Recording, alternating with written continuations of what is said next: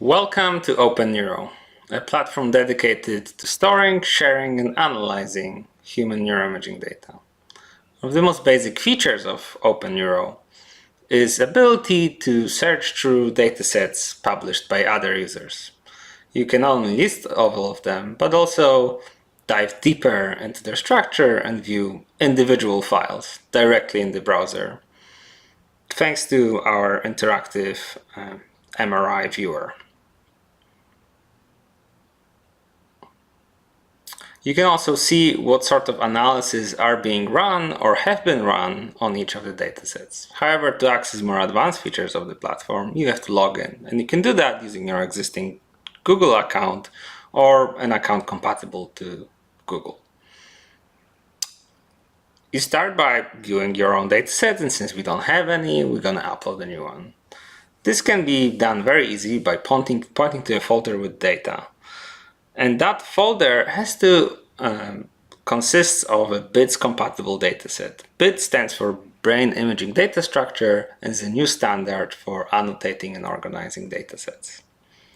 After giving a name to our new dataset, the client-side validator is being run, and the platform is making sure that our data is compatible with BIDS. Here we see two warnings concerning slice timing and inconsistency of scanning parameter. We're going to ignore them for now.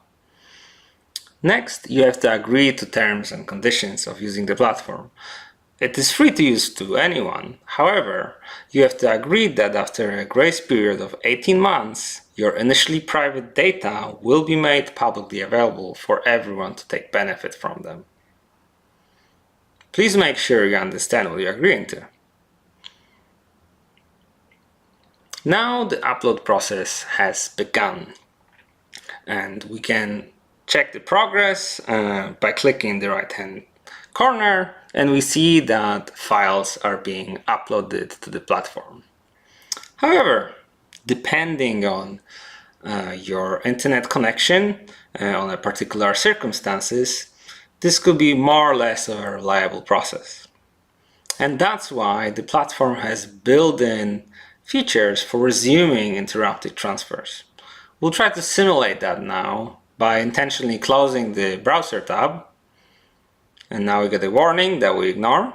The tab has been closed and the transfer has been interrupted. But we can go back to the site, just typing OpenNeuro.org, and we see our interrupted upload, and we can resume it by pointing to the same folder and going through the same procedure, pressing continue, making sure the validation still passes, and resuming the upload. And now, as you can see, it picks up where it left off previously. After some time, when the upload has finished, we can go to the website and we can see it. Here we're operating on a draft of the dataset, and as with the public datasets, we can go in and look at individual files, but the main difference is that now we can replace each of the files with a new version, or we can delete files.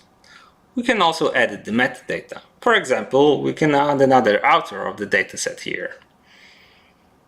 We also encourage users to include their ORCID IDs to make sure that their names and credit will be consistently represented. There is much more metadata for each dataset that can be edited. We're going to limit ourselves for the sake of time, but we're going to change the name of the dataset to something more concrete. Nonetheless, still slightly funny.